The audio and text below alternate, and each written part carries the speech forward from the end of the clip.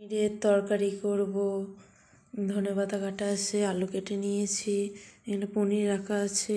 পনিরগুলো ছোটো ছোটো করে কেটে নিয়েছি। গ্যাসে তাওয়াটা গরম করতে দিয়েছি, তাওয়াটা গরম হবে।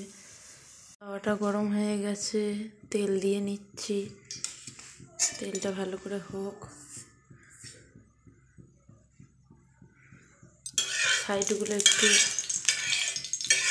লাগিয়ে নিচ্ছি তেলটা গরম হয়ে গেছে। পিস করে রাখা পনিরগুলো এক এক করে তাওয়াতে দিয়ে দেবো।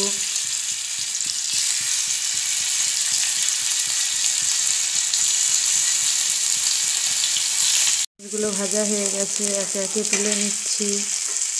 পনির ভাজা হয়ে গেছে, সব পনিরগুলো ভেজে নিয়েছি, একটা থালাতে রেখে দিয়েছি। মশলাটা রেডি করে নেবো। আদা বাটা দিয়েছি, লঙ্কার গুঁড়ো, ঝাল যে যেরকম খাবে দেবে। 1 চামচ হলুদ গুঁড়ো দিয়েছি, আর একটু হলুদ গুঁড়ো দিয়ে দিলাম। এবার জিরে গুঁড়ো দেবো, 1 চামচ জিরে গুঁড়ো দিলাম, আর 1 চামচ দিয়ে দিলাম জিরে গুঁড়ো। এর মধ্যে একটুখানি কড়াই গ্যাসে বসিয়ে দিয়েছি, কড়াইটা গরম হয়ে গেছে। এবার তেল দিয়ে নেবো কড়াইয়ে।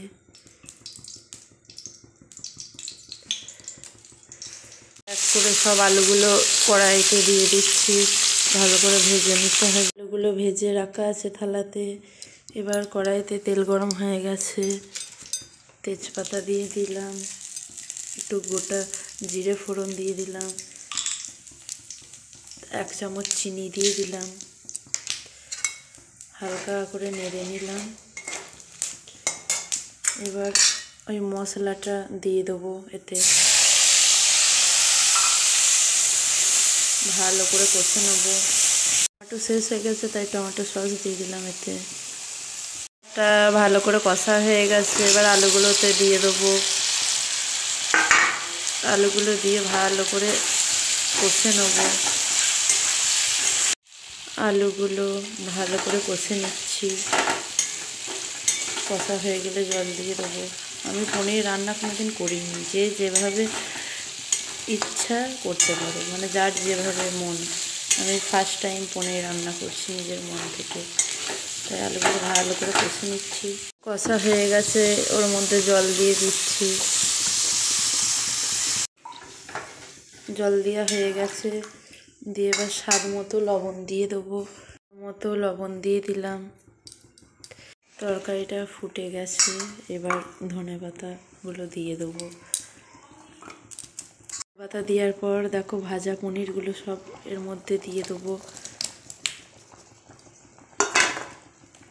হালকা করে একটু নেড়ে চাপা দিয়ে দেবো।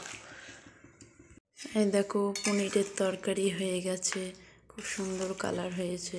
এর মধ্যে গরম মশলা দিয়ে দেবো। গরম মশলা দিয়ে দিয়েছি, এবার ঢাকা দিয়ে দেবো।